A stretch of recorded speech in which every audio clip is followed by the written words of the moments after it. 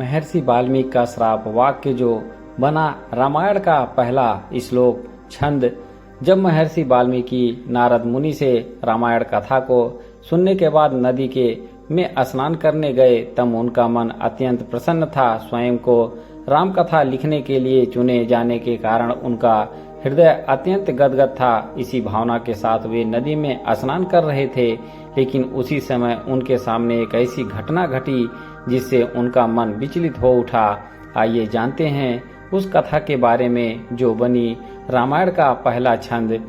जब महर्षि वाल्मीकि नदी में स्नान कर रहे थे तो उस समय उन्होंने बकुलों का एक जोड़ा देखा जो कामातुर था तथा प्रेम में मग्न था। यह दृश्य देखकर महर्षि अत्यधिक प्रसन्न हुए। पशु पक्षियों के बीच ऐसा प्रेम देखकर महर्षि आनंदित हो रहे थे। इतने में एक शिकारी वहां आया तथा अपने धनुष पर तीर चढ़ाकर नर बकुले की हत्या कर दी। वह नर बकुला तड़प तड़प कर वहीं मर गया तथा यह देखकर मादा बकुला विलाप करने लगी। विलाप करते करते मादा बकुला ने भी अपने प्राण त्याग दिए।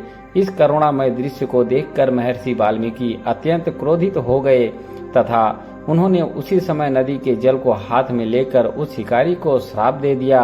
उस श्राप की पंक्तियां थी कि हे निषाद, तुम्हें अपने जीवन पर्यंत तक शांति नहीं मिलेगी, क्योंकि तुमने एक असावधान प्रेम में आतुर पंछी के जोड़े में से एक की निर्मय हत्या कर दी है।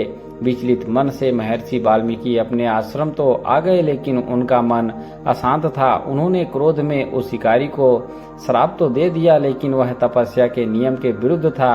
उन्होंने सोचा कि वह शिकारी तो अपना धर्म निभा रहा था तथा सभी प्राणी अपने कर्मों के अनुसार ही फल भोगते हैं। उनका उस शिकारी को भावना से बहकर श्राप देना अनुचित था। वाल्मीकि इसी सोच में ही डूबे हुए थे कि उन्होंने अपने श्राप की पंक्तियों पर ध्यान दिया तो सोचा कि उनकी जिह्वा से श्राप रूप में जो वाक्य निकला है वो 4 चरणों में बंधा हुआ है।